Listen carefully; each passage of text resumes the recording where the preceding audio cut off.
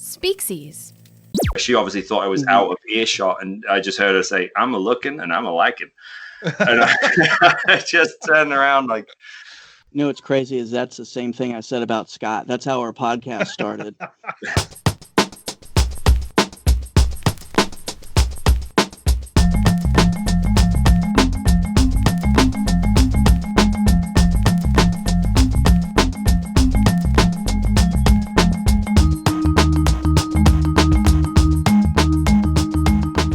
All right, welcome to Origin of Speakcies. My name is Scott, and I'm here with my friend Steve via Skype, and we're going to be doing some wrestling idioms. We're doing some wrestling talk, and I'm very excited for a myriad of reasons, including coming up later in the show, a interview with NWA World Heavyweight Champion Nick Aldis.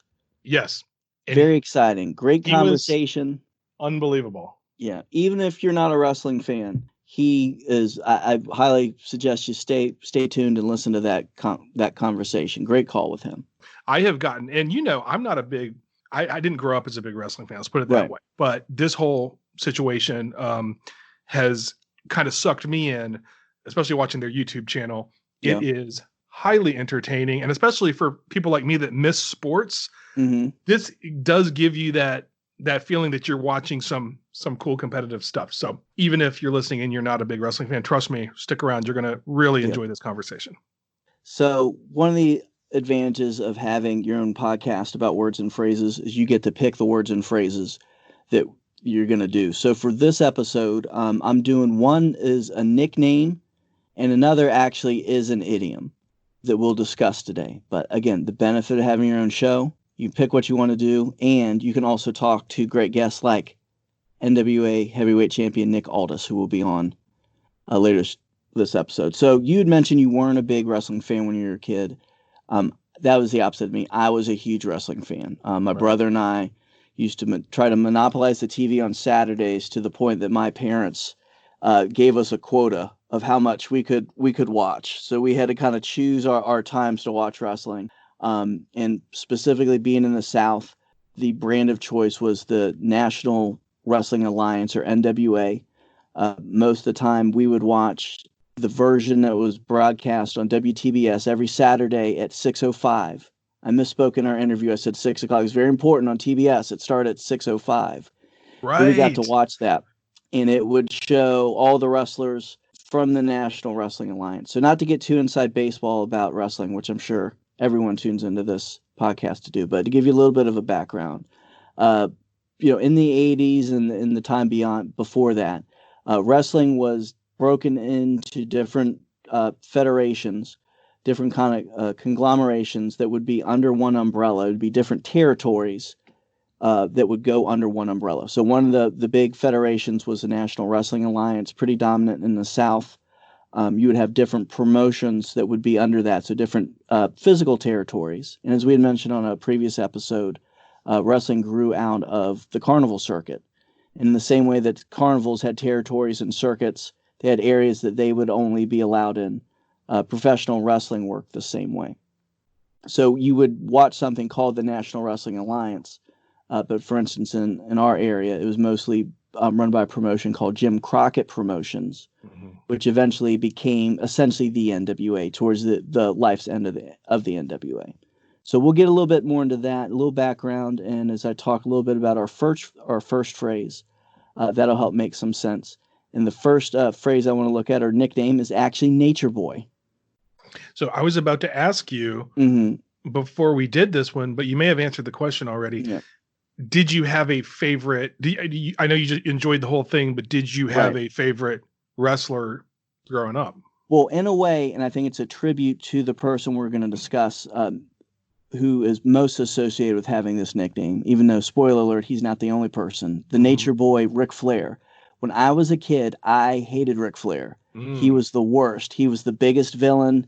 He always cheated. He would talk trash. He was the bad guy that got away with everything. And as I got older and began to appreciate professional wrestling more as like a performance art, realizing that his job was to be the bad guy, or in wrestling terms, the heel. Right. And his job was to make you hate him. And he did a phenomenal job. Yeah, I was going to say he did a very good job because little Steve didn't like him. And I had mentioned before the wrestling territories, and how that would work is you would have the National Wrestling Alliance, which would have several territories. So they would get together and agree to who would be the world champion, and that person would go territory to territory to defend their title. And generally what they would do is the champion a lot of times would be kind of more of a heel or a villain, because it would allow you to have the local good guy face off against the big old villain who comes into town. So that would be some of the way that they would make that draw.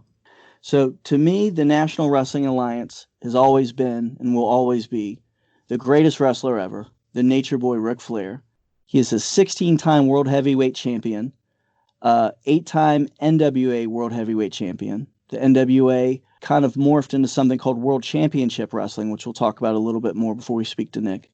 He's also a 2-time WWF, or now known as WWE, champion. So he's been around for forever. He's the greatest of all time. I'm spending too much time talking about it. I could go on forever. Maybe we'll do a bonus show where I just talk about the greatness of Ric Flair. But to me as a kid, Ric Flair was in the way I hated him, but now as an adult I respect him because he did such a good job.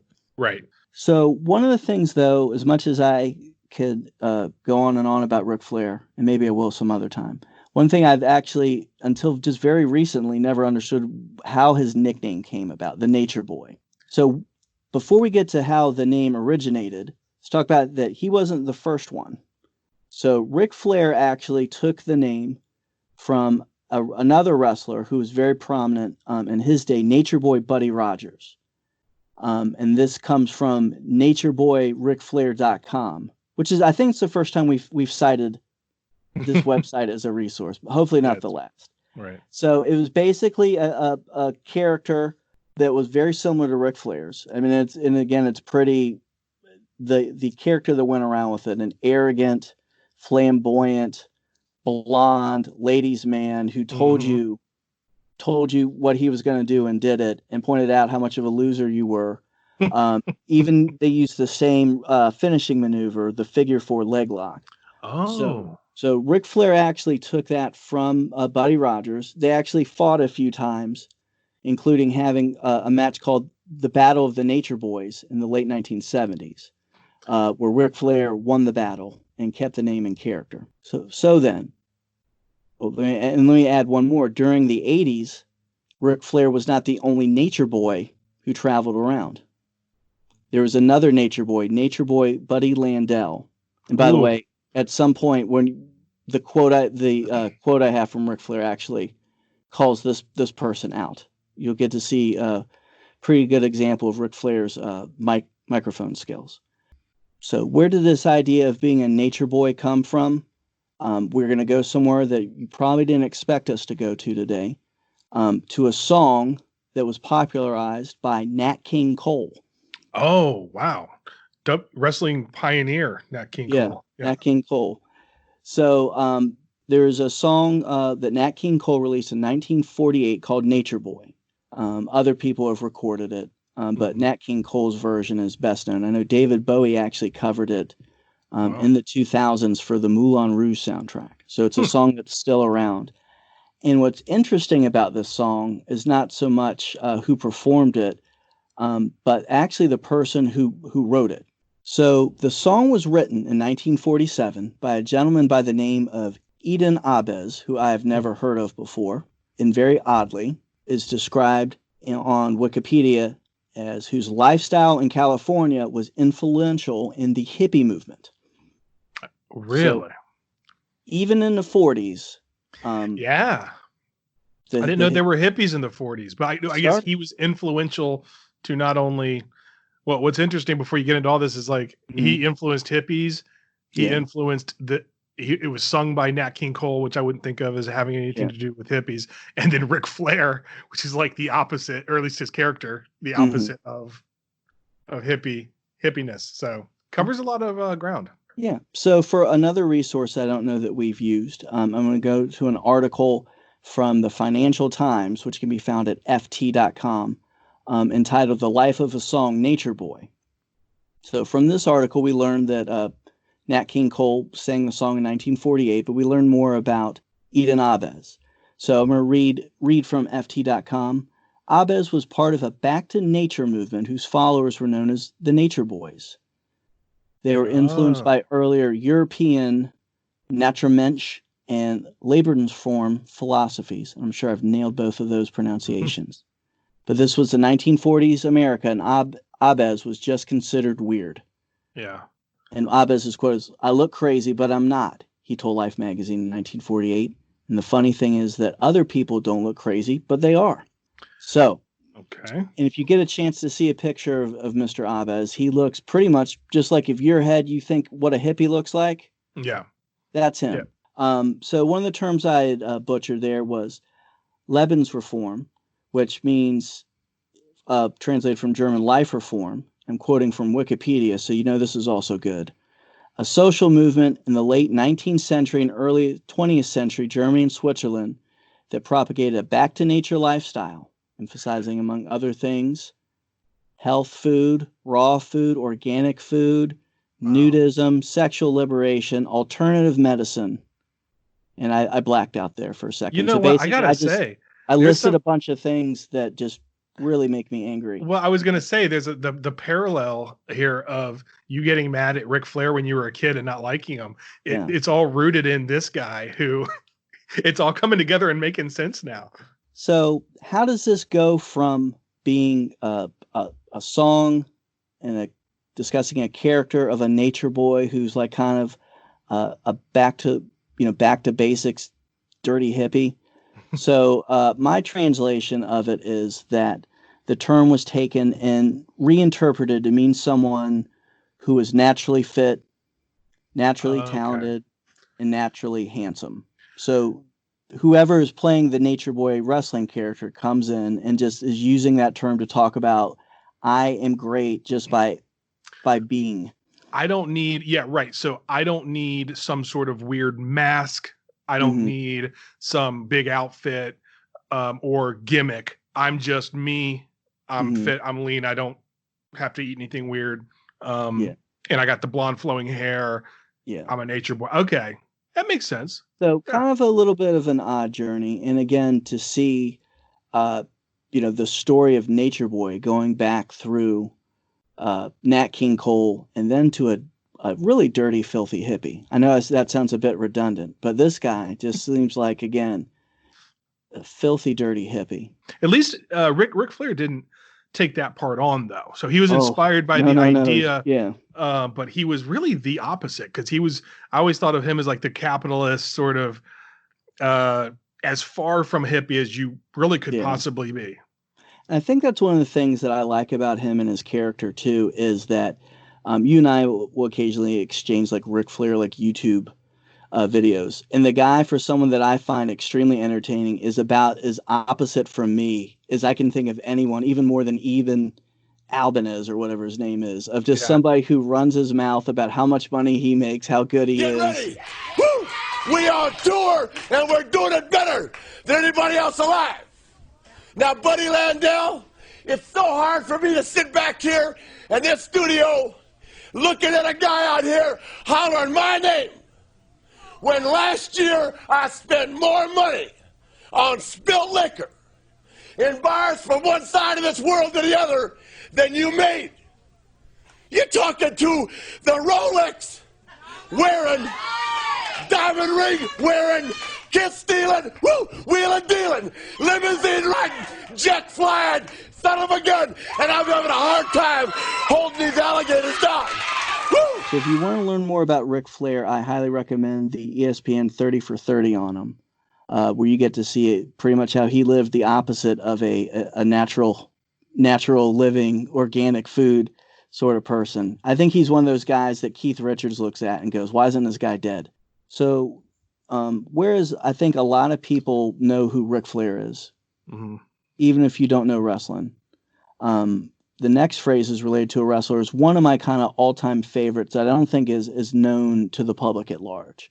So the phrase is Rude Awakening, and the wrestler it's related to is a gentleman by the name of Rick Rude.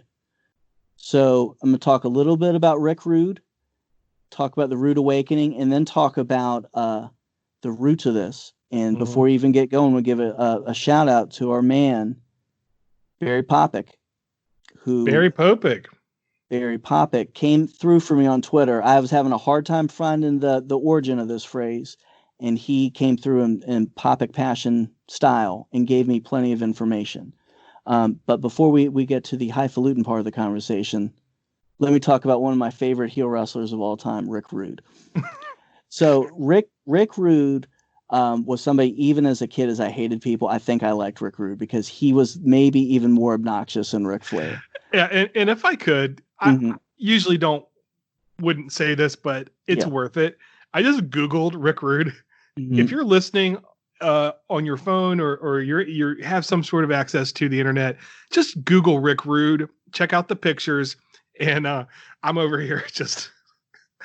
I love that this is one of your favorite wrestlers, and please go on. But do yourself a favor and Google Rick Rude. So I'm not gonna describe him. Just I will for you. Good. He basically looks like, and a little part of his game, he basically looks like a Chippendale. Yes. He was absolutely ripped. Had a mustache. Had some sort of mop of curly hair. Sometimes longer than others. All these pictures. And he was awesome. So he was pretty much always a villain. And when he was I think really hit the national scene in the late 1980s with the then WWF. So part of his character as Ravishing Rick Rude is he would enter the ring to the sound of, I believe it's the Stripper. He would come in the ring. He would demand that the PA stop playing the music. He would insult the crowd by discussing how fat and ugly they were and told them to be quiet so women could see what a real man looked like. And then he would take his robe off. What I'd like to have right now is for all you fat, filthy Iowa sharecroppers to keep the noise down while I take my robe off and show the ladies what a real man looks like. During the match, he would execute his finishing maneuver, a neck breaker he called the Rude Awakening. Afterwards, he would then select a woman from the audience to give her the privilege of receiving her own Rude Awakening, where he would kiss her, she would pass out, and then he would graphically gyrate over her. So even though we've discussed him pretty much as a cartoon character, Rick Rude was actually, I think, in the industry regarded as a very good wrestler also. So he wasn't somebody that was a gimmick without substance with it. He was a good performer. Wrestlers would discuss when they worked with him. And I think this is something out of professional wrestling that not enough attention is paid to, is it's two people performing together. You have to have, if somebody might look a certain way but not have any skill, it's going to be pretty obvious, what's happening. And again, professional wrestling is scripted, predetermined outcomes, but it is a performance. It is like watching a live action movie.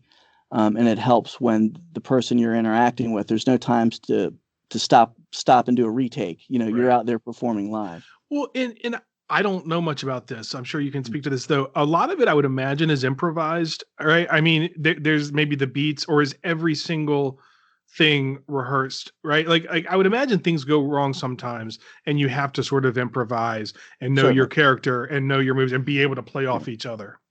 It depends. So certainly if something happens, they can't stop and start again. They have to kind of go with it, but it depends on the performer. So something I found that was very interesting was Macho Man Randy Savage was known for somebody that he didn't just go to the ring and kind of work out a couple things they were going to do. He was meticulous. Okay. He would graph out every move that was going to be done in every part of the performance that he would do. His most famous match is in WrestleMania 3, where he battled Ricky the Dragon Steamboat. And Ricky Steamboat discussed that before that match, they went through several legal pads, I believe, of script for that. And it's a match that's actually, by fellow wrestling nerds, is regarded as one of the best matches ever. Wow. And so that's such a good insight, because just the idea of, the only thing I know about Macho Man Randy Savage is his Slim Jim commercials and the YouTube videos of him talking about the cream rising to the top.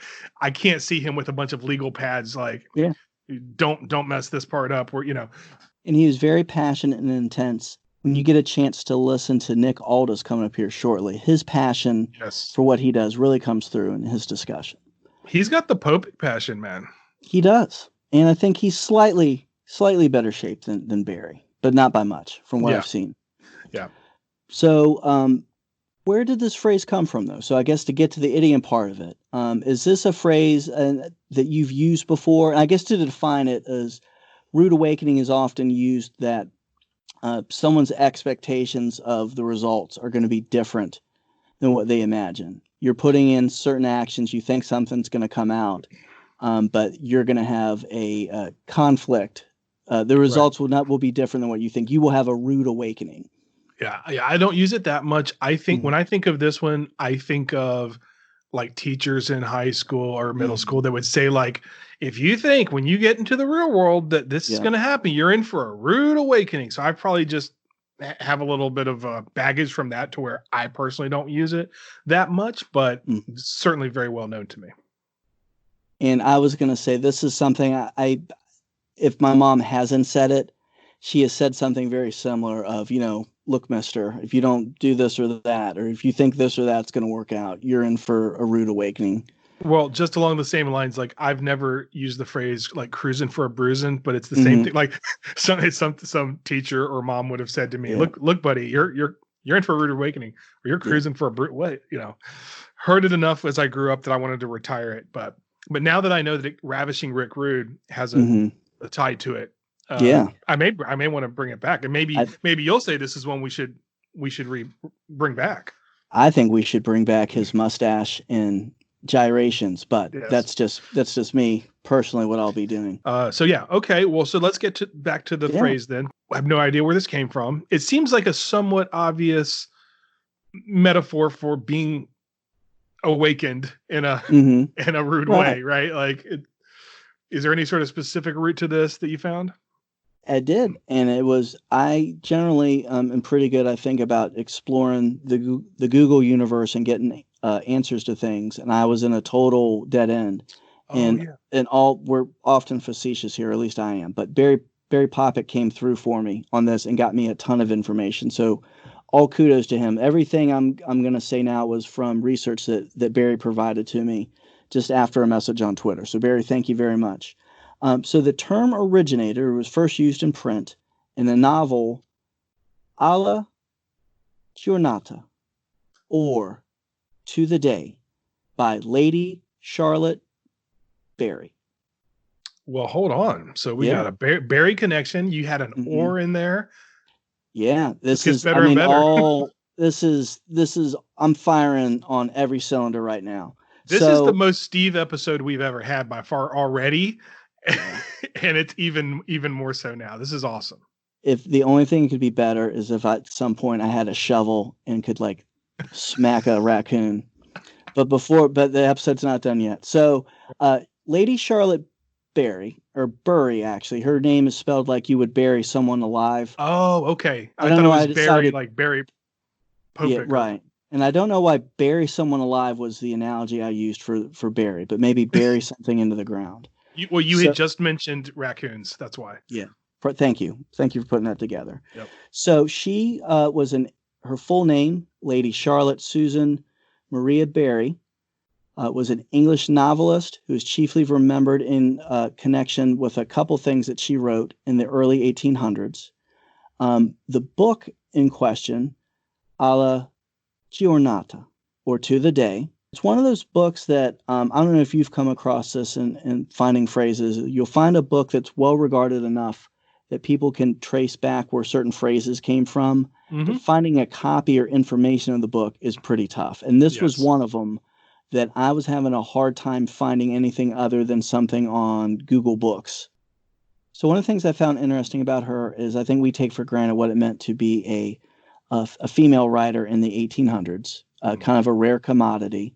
But she also, you want to talk about this being a really Steve episode, she ran in the circles of several other literary celebrities of the time, including somebody by the name of Sir Walter Scott.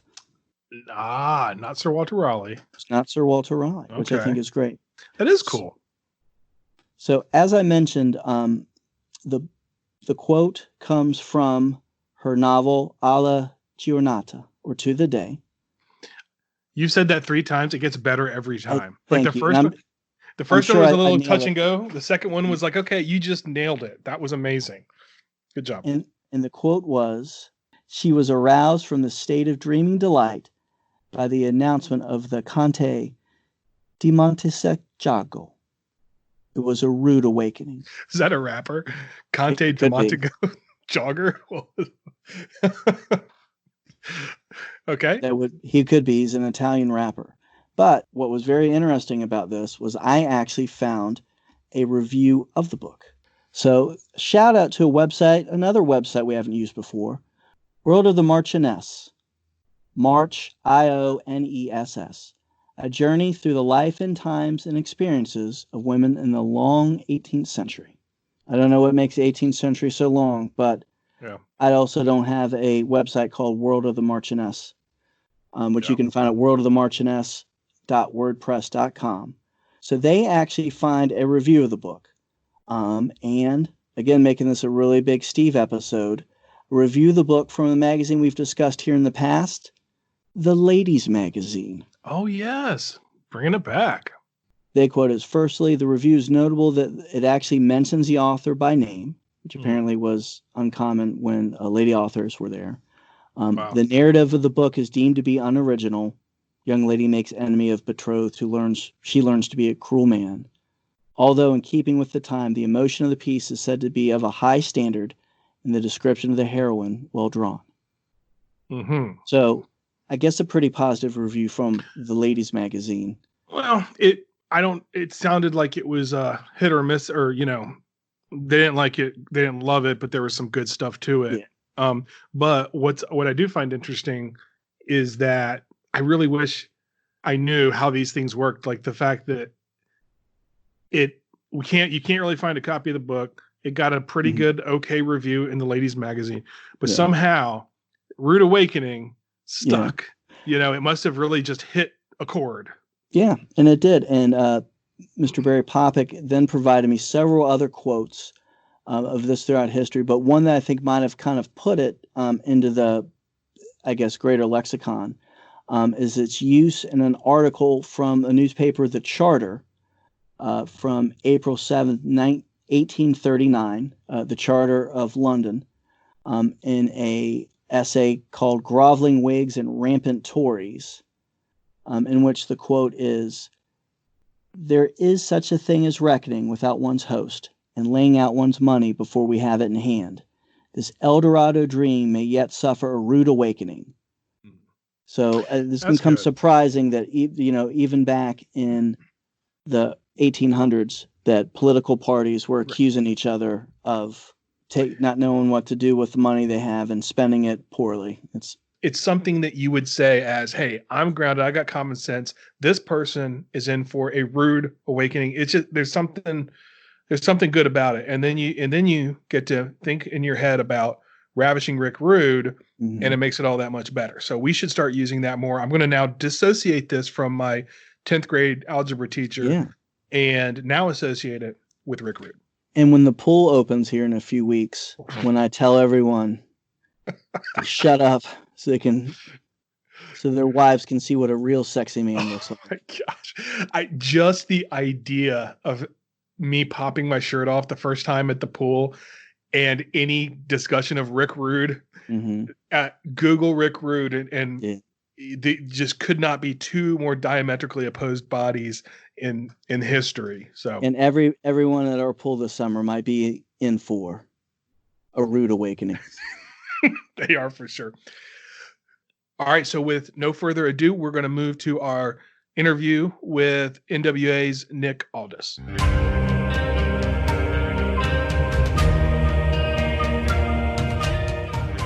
So if you had told me when I was a kid that one day I would interview the NWA World Champion on a podcast, I would have asked you, what is a podcast?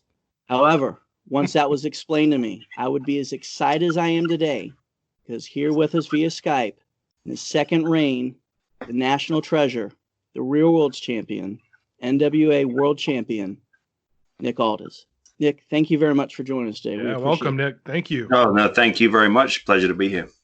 So, as someone who travels often as the real world's champion, how are you doing being stuck at home? Are you doing okay? You're looking like you haven't missed the weight room. I have not. I mean, I honestly, to a point, I've actually sort of benefited a little bit from the quarantine as far as workouts, because it's forced me to sort of go back to basics as far as just iron and gravity, just heavy. Like I actually have more equipment than this, but we had moved from where we were living, where we pretty much had like a sort of quite a substantial home gym going on with a Smith machine and a pull up and dip station and stuff like that, and a heavy bag and stuff. But we had since moved. We had a townhouse in Franklin, Tennessee, just outside Nashville, and so all that stuff is sitting in storage, which is why we're back in Richmond temporarily. We're actually at my brother-in-law's place, because with the basement, it's like at least I could go and get my Olympic bar, dumbbells, easy bar, some like mats, an Airdyne bike and a bench and stuff. But yeah, the reality, with the exception of like, I could do with a rack, and I could do with like one or two other things. But for the most part, like I've been having some killer workouts, because I'm just doing, it's all free weight stuff. And it's just, it just hits your body differently. It's all those classic physiques that people kind of talk about, like Arnold's and Frank Zane's and Dave Draper's and people like that. Like that was, 90% of their workout was free weights. And I've really, my body's definitely responded to it, because I think if I'm honest with myself, I was probably relying too much on phoning it in on machines. So. Oh yeah. Scott and I, that's been us too. That's been our issue. You guys look like raw iron guys. Yeah, I was like nodding my head. Pictures. Yeah, I was nodding my head like I know it. Yeah, I know all those machines and weights, but you could have made up half of those, and we still would have been. Oh yeah. Obviously, that's what you want to use. But it is a good point about the older guys. I mean, really didn't have all this new stuff. So that's interesting how you've responded to it. Very cool. Yeah, and truthfully, I think back to when I first started lifting weights when I was like 12 or 13. I just ordered a York, the classic York barbell and dumbbell set, and I just did everything in my room, and then later on, when my parents got sick and tired of hearing me banging stuff on the floor in my room, they sent me out to the garage. But it's like, I know for my first couple of years of working out, it was just a barbell and dumbbells and, body weight stuff. I've been doing a lot of plans for people recently. I have it set up through my website where you can go to nickaldis.com and I'll make you a custom made 90-day plan for $99.99. And I've been amazed at how I honestly thought that would slow down the quarantine, but it's actually like tripled, like just people and it's people from all walks of life have been reaching out like, oh God, I need a workout because all I have is this and this. Or I just had a guy reach out to me today from Texas who wants me to put together a plan for his kid who is like 14 years old and like 6 feet tall and, very, very athletic, but kind of skinny and stuff. And I was just like, you are speaking my language. I know all about that. So, I was like, let me work on something for you. So yeah, it's been quite rewarding in that respect, but yeah, like I'm a believer in necessity is the mother of invention, so I think that, this situation, will bring out the best in you in certain areas and the worst in people in others. Yeah. I think we're seeing two sides of the extremes there with that. You're staying in pretty good shape, and we're going to be good before pictures for you on to test out your workout regimen there. Hey, but feel free to sign up. I can work with anyone. I was about to say that. So it's that'll be the real test. But so you're actually customizing those workouts. Cause that was going to be my question was, with the quarantine, people can't get to the gyms. They can't do other things. They might say, all right, here's what I've got. Yep. And you kind of run with that. That's cool. Yeah, basically when somebody purchases a plan, like there's a box for them to basically kind of, and I can't remember what the exact wording is on the site, but it basically says, okay, take me through what a typical day looks like for you eating and training wise. Tell me what equipment you have access to, and tell me what you're looking to achieve, and most of the time, most people send me, 80% of the information I need. And then I'll just start emailing back and forth and be like, all right, so how do you feel about this? What foods do you like? What don't you like? Any injuries you need to know about? Like, I'm working with a guy, he's over 300 pounds. And he was just like, look, I'm going to be honest with you. Like, I've let myself go, and I need to, and I'm like, cool, man. Like, there are no wrong answers here. Just like, tell me where you're at and I can help, and he lost, I think he lost 5 pounds in under a week. So he was just like, okay, awesome. Great. This is easy. And he was like, I didn't even really feel like I changed much. I just had him doing one more thing in the morning and drinking more water. Mm-hmm. So it's like, I usually try to implement like small changes one at a time for people because, I love this, I enjoy doing this stuff. Like people,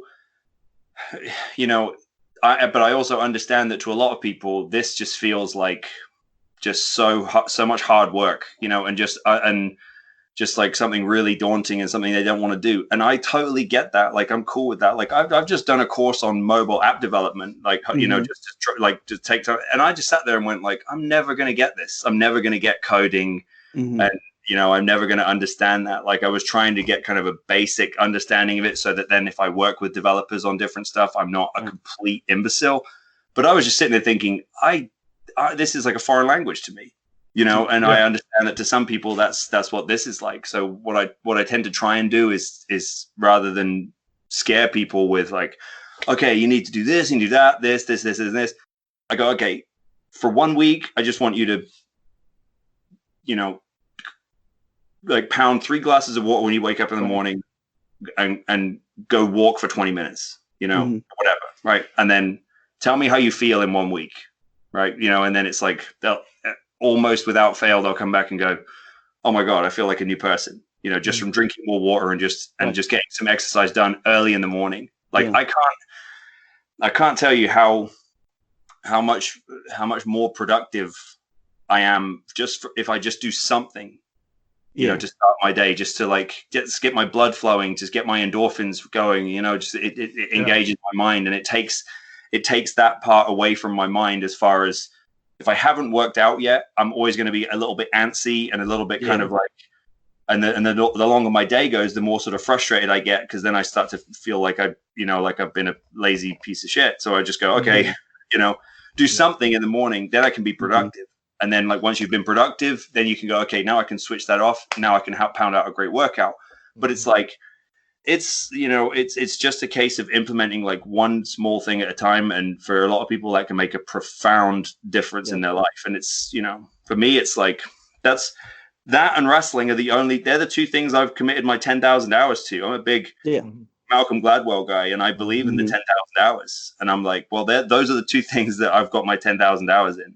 But I think that right now, what you just said about doing something is so important during the quarantine too, because it's so, for guys like me and Steve that go to, drive to a job every day, usually that we're not doing now, it can be easy to kind of put off get bad habits going. Because normally you're used to, I got to get up at this time, whether it's a workout or not, it's something other than rolling down to your kitchen in your sweatpants. So, so anyway, I think everybody should check out the nickaldis.com and, sounds like a good. You're right. The routine is so important. It's that the first couple of weeks when the sort of quarantine stuff really, really settled in I found myself going, wow, I'm staying up till like 3 or 4 in the morning. Yes. Like this is pointless. Like this, and I've got a 5-year-old son. So then I was just, and he's his routine has shifted a little bit too. Like he used to be getting up at like 6:37, and now he's kind of closer to 8:39. And it's like, okay, cool. Like that kind of works for all of us at this point. But at the same time, it's like, we're still, that routine is so vital for a kid his age, because it's like, all right, we're up. All right, breakfast, vitamins, teeth, get dressed. Right now, let's do some ABC Mouse, or let's do a storybook. Let's do some coloring. Let's do something cognitive, then we can go outside and play, and then maybe I can get some work done, like then maybe like once we've done a couple of those things, then maybe I go, okay, go play with your toys for an hour, or here's the iPad, or here's the TV, or whatever, and then I can get something done. But like, and he, fortunately, like he's the best, but a lot of the time he'll come down while I'm working out now, because he was used to getting dropped off at the kids zone at the gym, and just playing in there or hanging out with the kids in there. But now he knows that, I come down to the basement once, sometimes twice a day, and I'm going to come down here and lift for like an hour or an hour and a half. And sometimes he'll just be like, can I come down too, Dad? And I'm like, yeah, sure. I just sit down there and just watch, or just like play with some toys, and then it's whatever. And he's just like, yeah, cool. I'll just hang out with Dad. So it's like, but the routine is what, it took me a couple of weeks, but then once I sort of settled into this new routine, it's like now honestly, I feel like I'm being as productive as ever, if not more. Now, you had mentioned your son, and I know that you guys, when you travel a lot, he gets a chance to travel with you. I guess, is this even more time you're getting to spend with him now, or you? Yeah, I mean, fortunately for him, one of us is always around, and I get asked that a lot, especially when Mickey was running hard with WWE. It was like, man, it must be really hard, with your wife being gone, 3 or 4 days a week, and and you're gone, sometimes as often as that. And what is it? And I would go, yeah, it is, except for the fact that most of the time, if I was able to somewhat kind of call my own shots with the NWA as the world champ, like I could, and they understood that because of Mickey's obligation to WWE, right. We could sort of work around it. But also I said, most parents' kids leave at 8 o'clock in the morning, drop them off at school, and then they don't see them all day until they get home at maybe 6, It's like, we just have it where for 4, I'm talking sort of pre-quarantine now, but it was like, he would have us for 24 hours a day for 4 days a week, right. And then we'd be gone, and he'd be with either a sitter, with a nanny, or he'd be with his aunt or his grandma or whatever. And it's like, so it in terms of quality time, I think that we were lucky, because we actually got more quality time, because we weren't getting in when it was 2 hours before he had to go to bed, and then kind of going, okay, that's, like, so true. Yeah. I don't, quality time is really the key factor in that. But yeah. And to your point, yes, a lot of the time I would take him with me. He's been at every single NWA Power taping in Atlanta. He's got, he's become sort of part of the team down there. Everyone, like even the crew guys or the staff at the studios down at GPP are like, oh, where's Donovan? Like, let's have, and they set up his own room for him, and they're like, they'll come in, hey, I'll check on him when you have to go out and wrestle, or, go out, do a promo or whatever. Like, yeah, there's no worries. Everyone just kind of clubs together, and he's just like bouncing around, go into the dressing room and like talking to the wrestlers, or, so, yeah. And to me, I look at it as like, that's enriching for him. Yeah. In the sense that even we get asked this all the time, like, oh, do you think is he going to be a wrestler one day? And I'm like, I don't know. He's 5 years old. Yeah. But for me, it's more about, I like him, he's got to come to the NWA Power shows at GPB Studios. So he's got to witness this complete sort of startup, but with this great rabid fan base who have sort of, with appreciation for this brand, and who his father's been really like the linchpin of it from the beginning. Mm-hmm. And then conversely, he can also go to, he's been to Monday Night Raw and, hung out with Vince McMahon and all the WWE superstars, and got to run down the ramp and stuff. But for me, it's like the fact that he's got all these memories that he'll be able to look back on one day. And more importantly than that, it's the fact that he's got to be around his mom and dad when they were doing the thing that they were really passionate about. Yeah, so he can see us being, quality professionals in our chosen industry. He can carry that over into any industry he wants to go to, because at least he now knows, okay, even if he doesn't want to be a wrestler, if he wants to be a doctor or something else, it's like he can see what it's like when you have passion and you're engaged, Absolutely. That's awesome. So speaking of the NWA, and thank you for, I'm enjoying this much more than my goofy questions that you've answered 1,000 times. So I thank you for expanding on that. One of the things I think is really great about the NWA right now is you guys have a combination of tradition, of, a belt that has lineage that goes back to 1948, but also a startup. It's a little of both of what you guys are doing, of having your roots in the past, but at the same time, I think being very on the edge of things with, the NWA channel on YouTube. I guess if you could talk a little bit about how your journey with the NWA started back a few years ago. Yeah, well, for those who aren't familiar with wrestling or with my career in wrestling, I wrestled for TNA Wrestling for 6 years. And that was basically my entire US based career, had been with TNA, because I had been on the UK independent scene pretty much since I started training at 17 and was a full-time wrestler by the time I was 18. Wow. And then with the exception of when I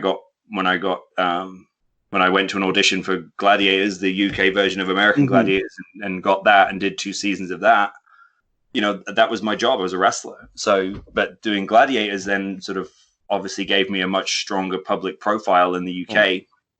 At the time, TNA was, they had a very strong UK fan base. It was their very clearly their second strongest market behind the US. So they wanted to expand on their UK talent, and that's how I was able to get picked up. But I got picked up when I was 21 years old, so I was like completely thrown in at the deep end, at 21, 22.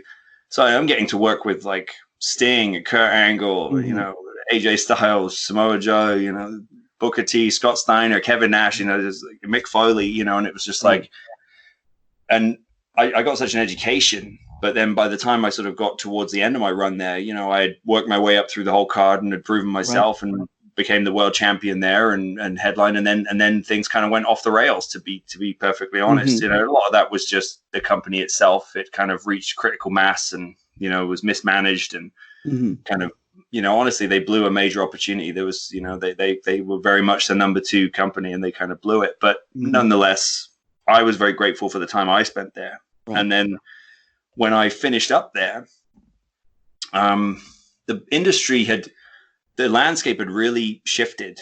Like it was very much, WWE the market leader and TNA is the number 2. And then there was Ring of Honor, who were kind of quite strongly the number 3. And then it was kind of like, after that, it was, there was an independent scene, but it was, it was quite well established. And then after TNA kind of went off the rails, there was this Ring of Honor got purchased by Sinclair Broadcasting, right? A huge company, so Ring of Honor suddenly become this very viable alternative for talent, because it's like they've got this very strong budget, and they develop a working relationship with New Japan Pro Wrestling, and New Japan has been the strongest, has been very much the number 1 promotion in Japan for decades. And again, to sort of cliff notes it for people, Japan pro wrestling is huge in Japan, but it's very different. They have their own, they have a very, very unique sort of defined style of the way they present pro wrestling. Not to say that, they don't like some of the same things, but in general, the way they present their styles is very different. It's very much more sports based.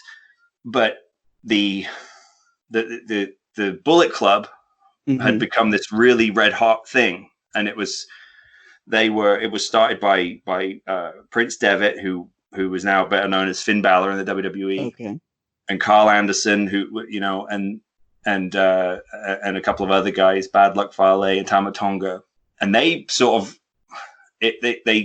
The whole gimmick of the Bullet Club was that they were gaijin, which was foreign guys who had taken over in Japan, and it was so different and so cool, and New Japan's presentation is so different and kind of cool that and because now we live in a world where the world is much smaller because of social media and YouTube and the accessibility is so much different. But suddenly all these fans started going, I kind of like this Japanese product. I didn't realize how much I liked it.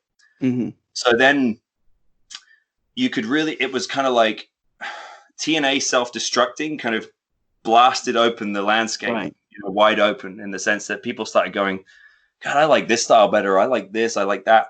And everything became, and on top of that, through social media and YouTube and Pro Wrestling Tees, it was like there were all these new vehicles for wrestlers to be self-reliant, to make good money and build their own fan base and monetize their fan base with them, with licensing and merchandising, without the help of a giant company. Right. You didn't have to, if you came up with a cool idea for yourself, you didn't have to sort of hope that, you could get signed by WWE or TNA and then hope that they would go with your idea. And even then they're going to own it and they're going to keep it all. And then it's, once you're finished there, you can't use it anymore.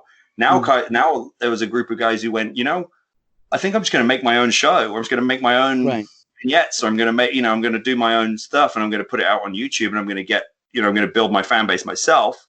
And then, the Young Bucks were a great example of that, with being the Elite. Marty Scurll, one of my best friends, was doing it with his villain character and stuff like that. And suddenly it all kind of started co-mingling, and it was like, it really kind of opened up the possibilities, as far as how a new brand or a new style of presentation could fit in the landscape. But I was sitting there kind of just completely a one-man island. Like everyone had this assumption when I finished up with TNA that, oh, this guy's 100% going to end up at WWE. It's a no-brainer. He's got the look they want. He can talk. He can wrestle. He's young. He's this and that. He's been a world champion at TNA. He's going to get. And so what happened was, there was a lot of reluctance from anywhere else to kind of work with me, because they kind of just, they didn't think I would be available for very long.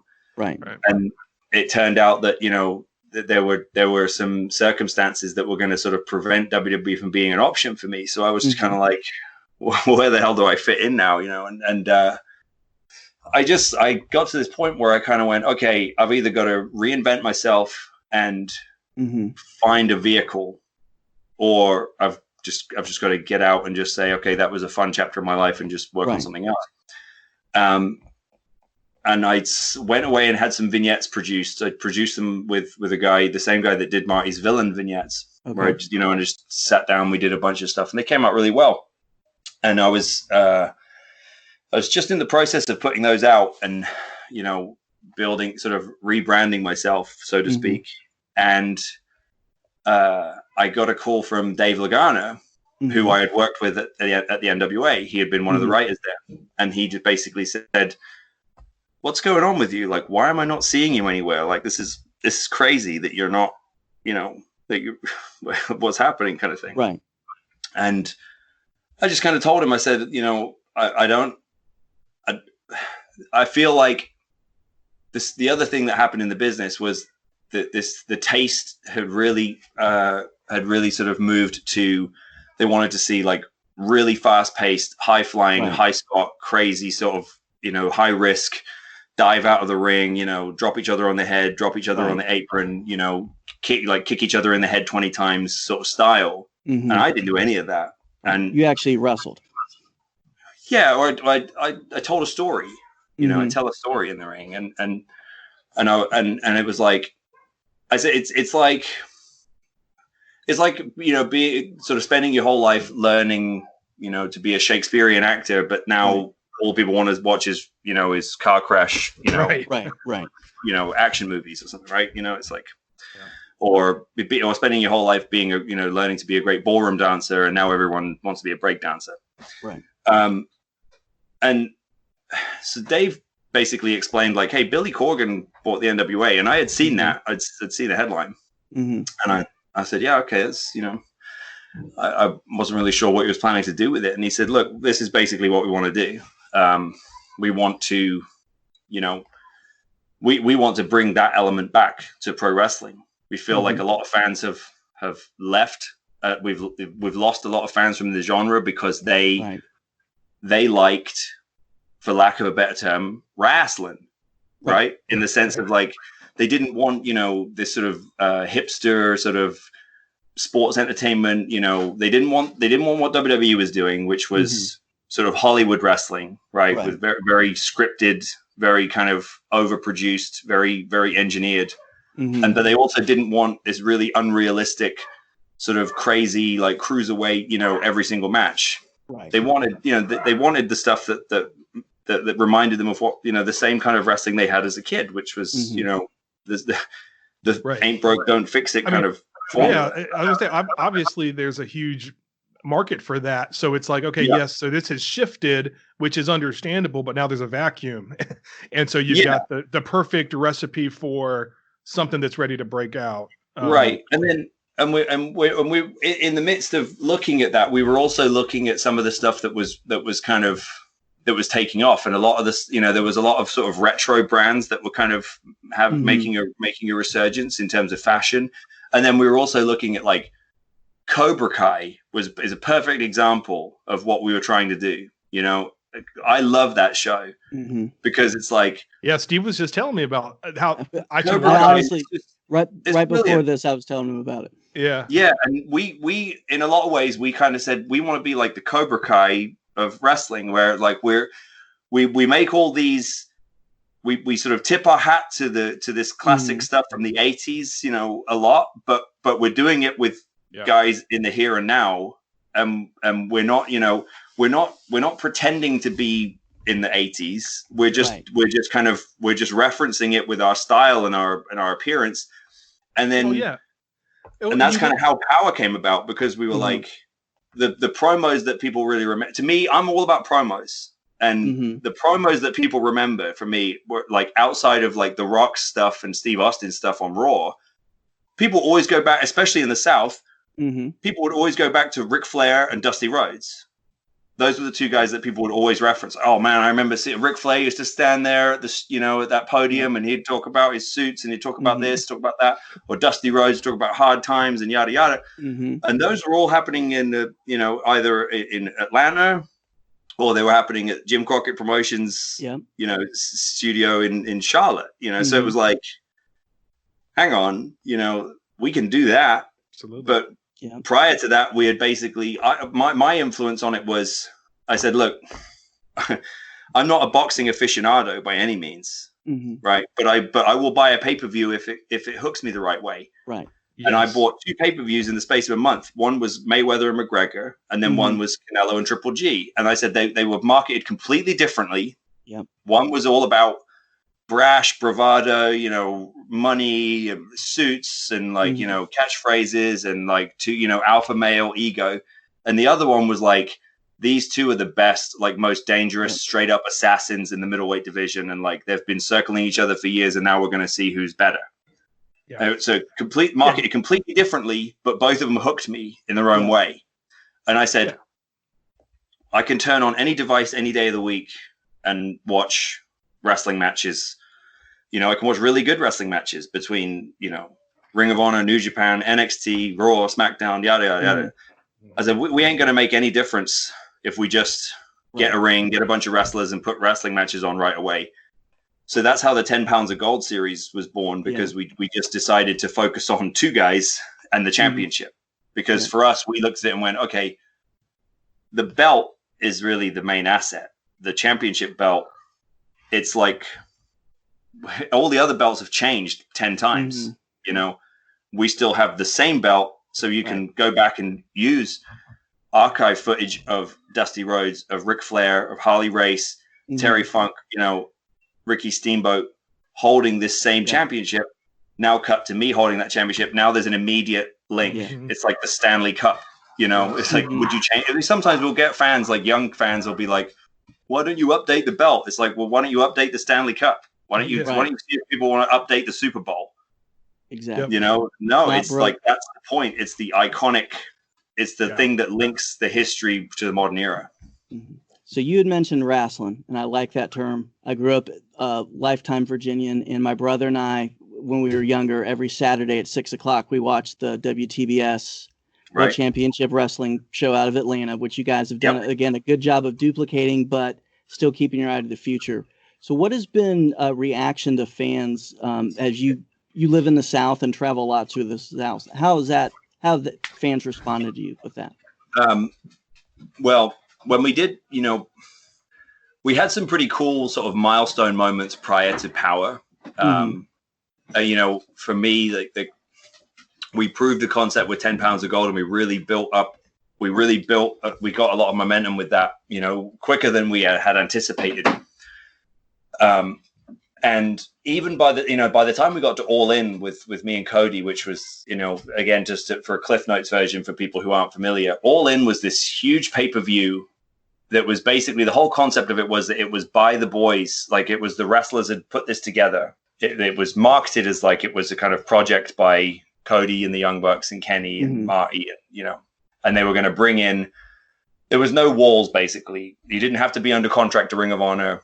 Right. It was like, we're going to bring in, the best of the best from the independents, and we're going to sell out this arena, and it sold out 10,500 seats in 30 minutes. Wow. And Cody, obviously with his links to the NWA with his father, right, he wanted to wrestle me on that show, and we ended up becoming really the kind of the unofficial main event of that show, and it was a massive turning point. It was one, still probably the biggest moment of my career to be on that show, because it was a moment in time for the business. And really off the back of that, we were able to build our credibility so much quicker. And then we had our first standalone pay-per-view like 6 weeks later, and we set a box office record for that building in Nashville with the return match of Cody and I. We had a very strong pay-per-view. So it was like, suddenly it was kind of like people went, okay, the NWA is back. This is a real thing. But there was still that question of like, what is it? Is it a promotion? Are you guys what are you? Because we didn't have a show. We didn't have anything. We didn't have a talent roster. We just had me. It was just one guy with the championship, and a show that people liked with 10 pounds of gold. But we needed to build that fan base first. And then when we did, it was like, that's when we said, okay, we are going to bring an episodic show, and it's going to be unapologetic studio wrestling, because studio wrestling kind of has a little bit of there's a little bit of a negative sort of connotation with it in a historical sense, that people go, oh yeah, they used to do it in a studio, it was like only like 100 people there, whatever, like, because if your only point of reference is Monday Nitro or Monday Night Raw in these jam-packed arenas, with people going crazy and pyro every week, it does seem a little strange to be in a soundstage.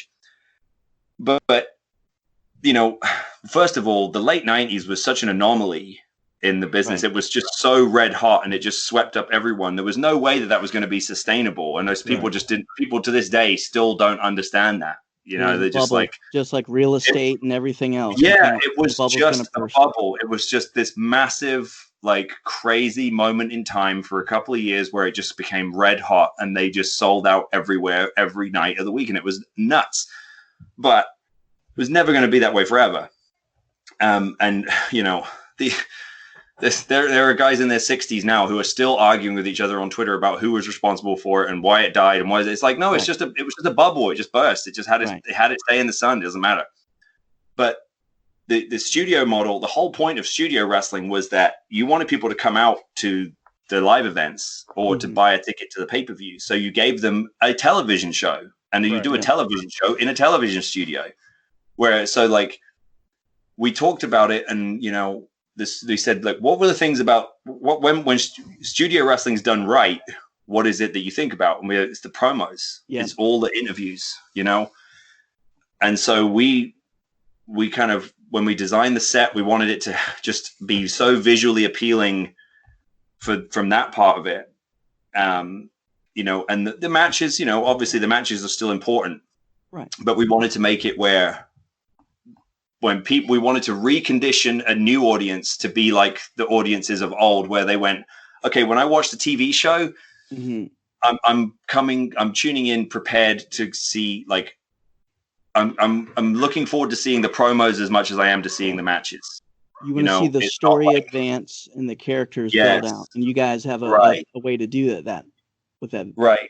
Because I used to get told all the time, oh, I would meet guys in the Mid-Atlantic area or in the South and stuff, and they would say, oh, you're a wrestler. I used to watch it. I can't watch that. I can't watch that new stuff now. It sucks. And I'd be like, well, why, what don't you like about it now? And they'd always say, the guys are too small. And they would say, there's too much talking. And I would always say, no, there's too much bad talking. Yeah. Like, I can watch Ric Flair talk all day long. Yes. I could watch Dusty talk all day long. I could watch Hogan, The Rock, Steve Austin, Roddy Piper. I could watch these guys talk all day long. Jake the Snake Roberts. What you can't watch is someone reciting lines. Right. And well, and just to jump in, I mean, you can watch the fact that that's all on YouTube now. I mean, I specifically, a lot of it, or you can get it in other places, but I remember Steve sitting around with some of our friends a couple years ago, just watching those old 80s, Ric Flair and those guys. I mean, it's available out there. Yeah. So it's that love for that stuff has never gone away. Right. And who's the biggest star in mixed martial arts? Conor McGregor. Why is he the biggest star? Because of how he talks. He cuts promos. Yeah, exactly. Yeah. And so when we assembled our team, our roster, we just wanted to put together a murderer's row of interview guys, just these guys who could just go and just captivate people. We don't have scripts, we're just like, go out and sell this show. And our one of our mantras from the beginning has been traditional values with a modern delivery system. I've been blown away by the response from people, particularly in the South, where it's really got a much stronger sort of historical relevance to them as far as like uniting their whole family, because they're going like, I used to watch this with my granddad or my father, and now I get to watch it with my kid, and I get to say, oh yeah, this guy was, this was Harley Race, this was Dusty Rhodes, this was Ric Flair, this is who I, and so for a lot of people, they get to share that now and have something, something that they can have in common with their kids or their grandkids, and that's like, that's a powerful thing for, to hold in your hands, when you look at it like that. Well, it's a good point. I mean, it's something that Steve and I both have kids, and we'll sit and watch old basketball or baseball, games or players and highlights. Hey, here's especially like that Last Dance documentary is out with basketball. Oh, isn't it great? So great. It's unbelievable. And I'm sitting here thinking, gosh, I thought I'd watched everything about that. But anyway, but then seeing my son enjoy that. And then now the same thing with the wrestling, where it's people that, like you said, weren't engaged with, for whatever reason, the current state of things can now do that. So they can see the old stuff. They can relive that. And I love it. I think it's so cool too. We started the interview talking about you with your son kind of being a part of it. So, you've got that thing going on with your family, and also helping with what you're doing and what NWA is doing for other families as too. So I love that sort of parallel there. I mean, I remember like after we did when we had filmed the first season, then when the first season was getting ready to air, which was like a week later, the first episode, obviously, for us, this is where the modern delivery system part of it comes in. It was like, now we were leaning on everyone we could to push it on their social media. So obviously with Mickey, with her tremendous fan base and following, we asked her to, and she put out this post, and the picture she used was a picture of Donovan in the NWA ring in the traditional blue, we have the traditional blue canvas and the yellow letters and everything. Awesome. And it was just him playing about in the ring, like early in the day.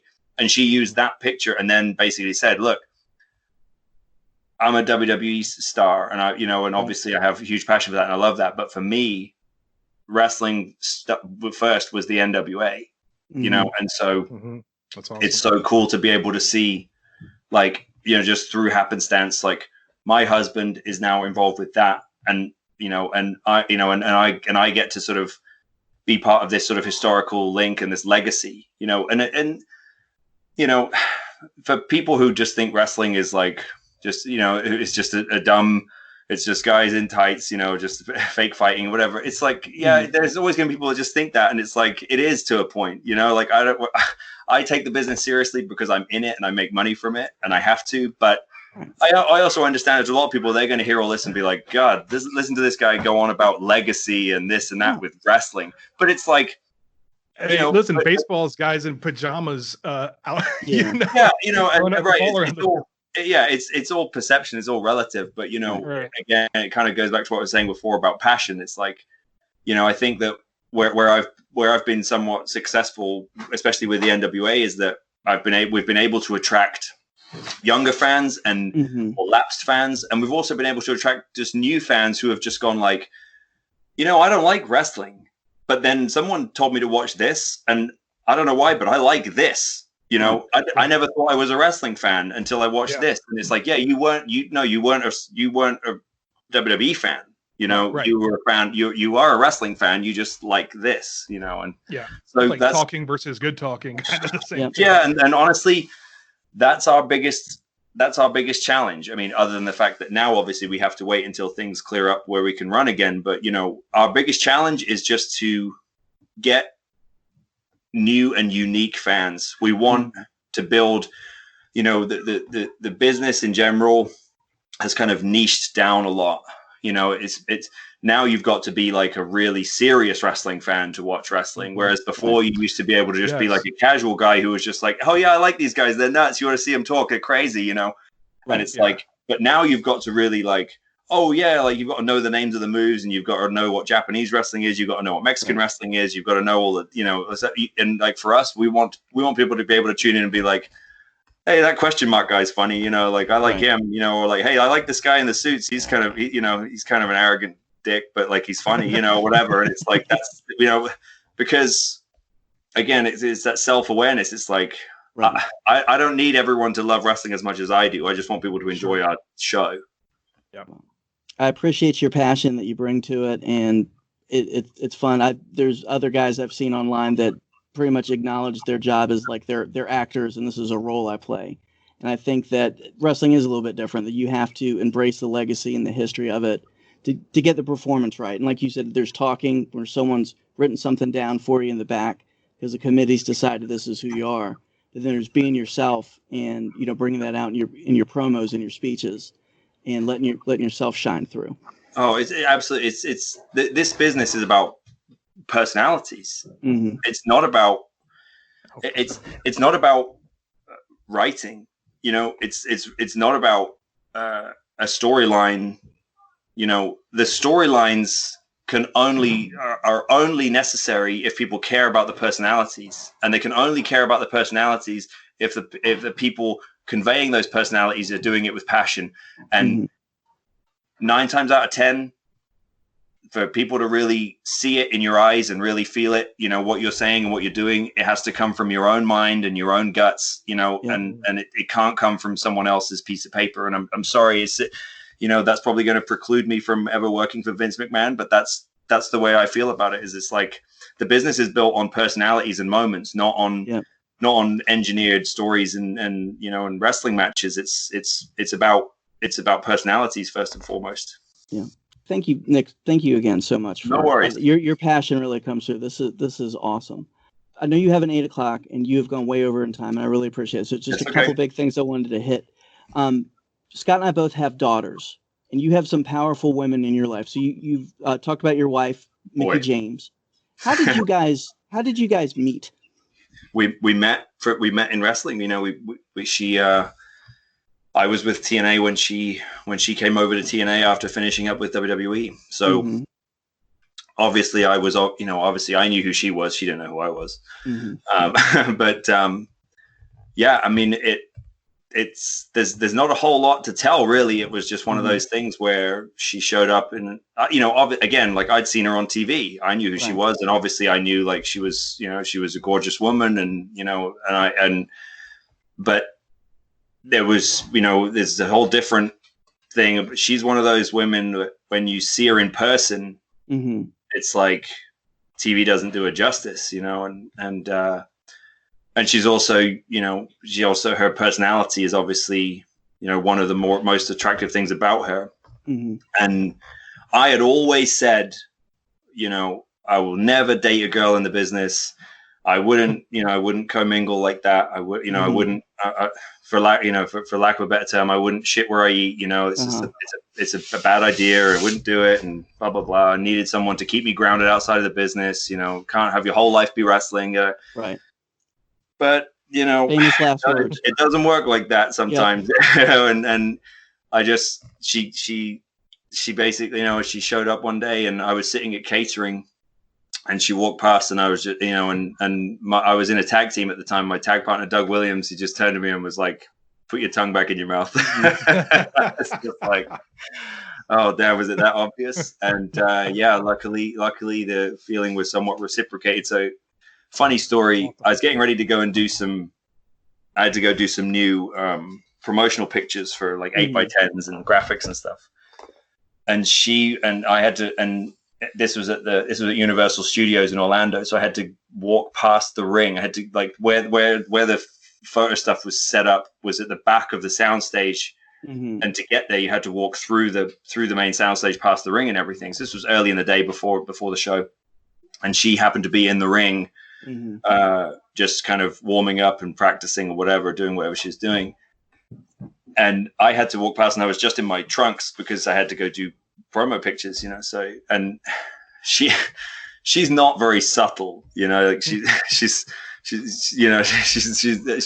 wouldn't have a second career working as a secret agent or a spy or something, but I walked past the ring, and I got sort of about 20 feet past the ring on the other side to where she obviously thought I was out of earshot, and I just heard her say, "I'm a looking and I'm a liking." And I just turned around like, okay, well, good. That kind of clears that up. And then after that, it was just kind of like, okay, so you want to go get a drink, and it was, just the rest is history. What's crazy is that's the same thing I said about Scott. That's how our podcast started. He looks like a podcast partner to me. Yeah. Yeah. That it was magic at that point. This guy's got podcaster written all over him. Yeah. I would be remiss if I didn't discuss the other powerful woman in your life, your insurance policy, Camille. Yes. So, well, she's no longer. Well, she's actually. Now she's a fully fledged member of Strictly Business and a member of the women's roster in her own right. But yes, she started as my insurance policy. Man, what an auspicious debut she made in the not just in the NWA but in the entire wrestling business. Really, it was that whole thing came about. Based off of the match I had with Cody at All In. Mm-hmm. One of the key moments in that match was Cody's wife, Brandy. Right. We have a moment in the match where Cody's sort of down and out, and I'm about to drop the big elbow on him from the top rope, and she dives into the ring and throws herself on him like a human shield, and I, annihilate her. And it was a huge moment, it was quite quite controversial, but people got it. It was worth the risk because it was like I wasn't being violent towards her. Right. She put herself in harm's way, kind of thing. But right. It was this huge moment, and and then Cody ended up winning that match. Mm-hmm. And so it was kind of a unique situation because Cody was the good guy. He was the babyface in that match, and people were crying. They were so happy about that moment. But at the same time, Dusty's son being out there. Yeah, sure. My character coming out of that had these sort of legitimate growths. Like, hey, that was outside interference. Your hero, needed his wife to step in and protect him. Mm-hmm. So it kind of created this nice wrinkle for us to keep moving forward. And again, that's the difference between sort of booking and writing, right? Is that like you can kind of come up with these things spur of the moment and then build on them later where you can go, okay, so now we can go back to that and kind of say, this is why it happened. Mm-hmm. So when we were talking about the rematch, we were kind of looking at the what were the main things about All In, what were the key moments of the match at All In? And the Brandy thing came up, and I said, it's just common sense that if I'm going to invoke, again, I'm speaking hypothetically in context of the storyline. Of course. If I were to invoke my rematch clause, wouldn't I also make seeing as this is going to be an NWA show, wouldn't I make the request that Brandy gets barred from ringside? Mm-hmm. But obviously we don't want that because we want Brandy to be part of the show. Right. She's part of his act, right? So then I remember I was talking to Dave, and I said, I need a female. Mm-hmm. You know, I said, well, obviously Mickey's out of the question because she works for WWE. Mm-hmm. And I said, and it can't be a valet or anything that sort of implies any kind of romantic interest, because the fans wouldn't buy it. They would, you know, because they know, like, that's not true. He's married to Mickey James. Like, this is bullshit. You know, you can never insult the fans' intelligence, right? Yeah. And I said, what I need is, for lack of a better term, I need a China type. I need a female enforcer, like a female, but who is imposing enough and, you know, and credible enough to sort of neutralize the Brandy element. And Dave just went, oh my God, I have the perfect person. Right? He had come across her because, you know, she had been in the, she had done some training, and I think she had done a little bit in the business, but, you know, so he had sort of, and she had played in the LFL and stuff like that. So it was like he had kind of kept her on his radar, you know, but we had just thought, well, there's nothing for us to do with her at this point. And then this came up and we went, oh my God, she's perfect, you know? And so she came to, we flew her into Philadelphia to basically just sort of meet with her and just see if we gelled and stuff. And I just, you know, we see her in person. I mean, she's like 5'10", you know, just in great shape, but also very striking and very good looking. So it's like, it's this really unique sort of package where it's kind of, men are kind of looking at her like, oh man, she's a hot chick, but also like, I think she could probably whip my ass, you know, you know, and it's that, you know, people like that don't grow on trees. So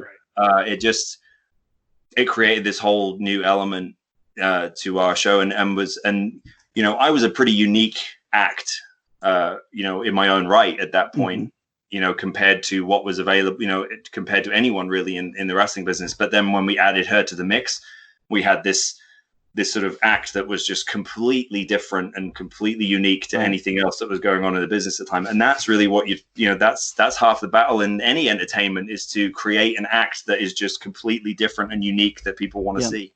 And she's a heck of a softball player. Yes. I coach my daughter's softball team during non-COVID times, and I've thought about if there's a way, like, bring Camille in, one, to show them how to you know, hit better, but two, if they act up, you know, there's a chance they're going to get speared, and it wouldn't. I was over it because she's dating one of my best friends, Tom Latimer, and obviously that relationship kind of, you know, came to be because of us and because of the NWA and everything, but. We were actually over at their house a few weeks ago to shoot some content for the NWA, and she had her softball practice net out in the backyard and was smashing balls into it, and I was just like, oh, Jesus. Yeah. What can she do? Yeah. Yeah. So Nick, I wanted to make sure before we concluded that we can kind of like top off some stuff that's coming up with the NWA right now. I know there's the new Carneyland show that was just announced. So by the time this airs, that will have been released already, and that's going to be on NWA on YouTube, correct? Yeah. So basically, it's really easy. You can basically watch anything that we've done at youtube.com/NWA. We've got, you know, our flagship show is NWA Power. That's going to be where if you used to watch wrestling when you were a kid on, you know, WTBS, you know, 6:05 on Saturdays, like you're going to know what that is. And I think you're going to enjoy it. And I think that even if you don't get wrestling, or you don't get, you know, WWE or whatever, I think you should, you know, I would encourage people to go back and give NWA Power a shot, because it's so different. It's just so unlike that show. Yeah. You know, and if you enjoy, you know, seasoned professionals who know how to talk and present themselves and just be like these outrageous personalities, and, you know, this red hot crowd, and, like, you know, we just really get that energy of this of these sort of larger than life personas kind of clashing. Then you know, NWA Power, there's 21 episodes now with the latest one that went out this week, Superpower. Right. But then we've now uploaded, you know, feature length. We've uploaded some of our previous pay-per-views, like NWA 70, which had featured the rematch between me and Cody Rhodes, you know, 2 out of 3 falls for the title. That's up in its entirety on the YouTube channel. the Crockett Cup from last year, which was a great show, which had tag teams from all over the world, and then was headlined by me and Marty in a very bloody main event. Like, and then obviously the 10 pounds of gold series is all on there too. So again, if you're kind of like not sure how you feel about wrestling, but you like HBO boxing, or you like the way that UFC does their countdown shows, or their embedded shows and stuff, then give 10 pounds of gold a shot, because I think you might look at wrestling in a different way if you watch that show and kind of appreciate, okay, this doesn't insult my intelligence. These are grown men, fighting for something. And then Carneyland is like just a complete pivot basically in the current situation. We sat around and said, okay, we can't do wrestling shows, and we don't know how long it's going to be till we can. Right. We didn't want to do shows in an empty building. To us, it's kind of like what we were talking about before. Like, it's not really about the wrestling with us. It's so much more. It's about the interaction with the audience and about the personalities. And for us, it was like, I would have been more interested in doing an entire show of just promos than wrestling in front of no fans, because like, I don't know, this is just me, but I've tried to watch some of the shows where that they're doing with no fans, and I just go like, this just feels weird. It does. It's odd. Yeah, it's just weird, and it's odd, and it's uncomfortable, and I just I don't think that that's going to do us any favors, right? Because we're trying to build our audience. And then nothing against the people doing that, because they have obligations with their TV rights and stuff. But it's just like, we just don't see any value in that for us. But we said, look, what if we just go, one of the ways we've been able to grow so quickly is that when everybody else is going left, we go right, and so Carneyland will be very much that. It's basically going to be irreverent, short, snappy, sort of skits, scenes, moments, segments, for everything from crazy stories to performances to sort of third-party characters. It's basically just some of our best talent, just kind of really just going outside the box and just kind of giving people something else interesting and quirky and unique, with obviously with still in a wrestling centric sort of vibe. Right. So I know some of the things that have been discussed. I'm actually getting ready to record something for Carneyland a little bit later on, which is basically, I'll give you this one as a little scoop, because by the time this airs, it will be out anyway. But we're doing a segment. They call it True Carneyland Stories, because Carneyland basically, because wrestling obviously was born out of the carnivals. So carnies, who are basically con men, would work the matches to hoodwink people in betting and everything like that, and that's how it came to be. And obviously, it's evolved over time to basically just be, okay, yeah, we're entertainment, whatever. But in wrestling, if we call someone a carny now, it basically kind of means like they're a little bit unscrupulous, they're a little kind of like, you got to watch what you say, keep your hands on your wallet kind of thing. And so like, we're doing one thing, we're doing like True Carneyland Stories, because we've all got these terrible stories about early in the business, like some of the worst people we've encountered. And like, I'm going to do one about a promoter who pretended to book my hotel, but just took a picture of the confirmation page of the website without clicking confirm and sent me the confirmation thing on my phone. So I show up to the hotel like, hey, I got a reservation. They're like, oh, we don't have you in here. And I'm like, showing, they're like, oh, that's not here, because the guy thought I would just put my card down for incidentals and just pay for the room myself. Well, we'll definitely be checking that out. Yes. So guys, to see more about Nick Aldis and the NWA, it's youtube.com/NWA. And we'll have some more stuff on our website. Nick, just thank you again for the time you spent with us. Stay safe and congratulations. And keep Camille on your good side. I will, yeah, absolutely. All right, thank you very much, guys. This is Steve from Origin of Speakcies. Thank you very much for listening to this week's episode. To learn more about Nick Aldis and the National Wrestling Alliance, check out their YouTube channel at youtube.com/NWA. In response to the COVID crisis, the NWA is putting out new content every weekday on their YouTube channel. In addition to Carneyland, which airs on Tuesdays, check out Nick Aldis' new show, What's Causing All This, which is solid wordplay and also releases on Mondays. Finally, to learn more about the man himself, go to nickaldis.com. That's nickaldis.com. In the store section of the site, you can purchase merchandise and memorabilia, including custom 90-day training plans by the man Nick Aldis himself. Could Scott or I be one of his future candidates? You never know. Thank you again to our guest, Nick Aldis, and thank you for listening to Origin of Speakses. Go outside, getting the boys to mask you outside.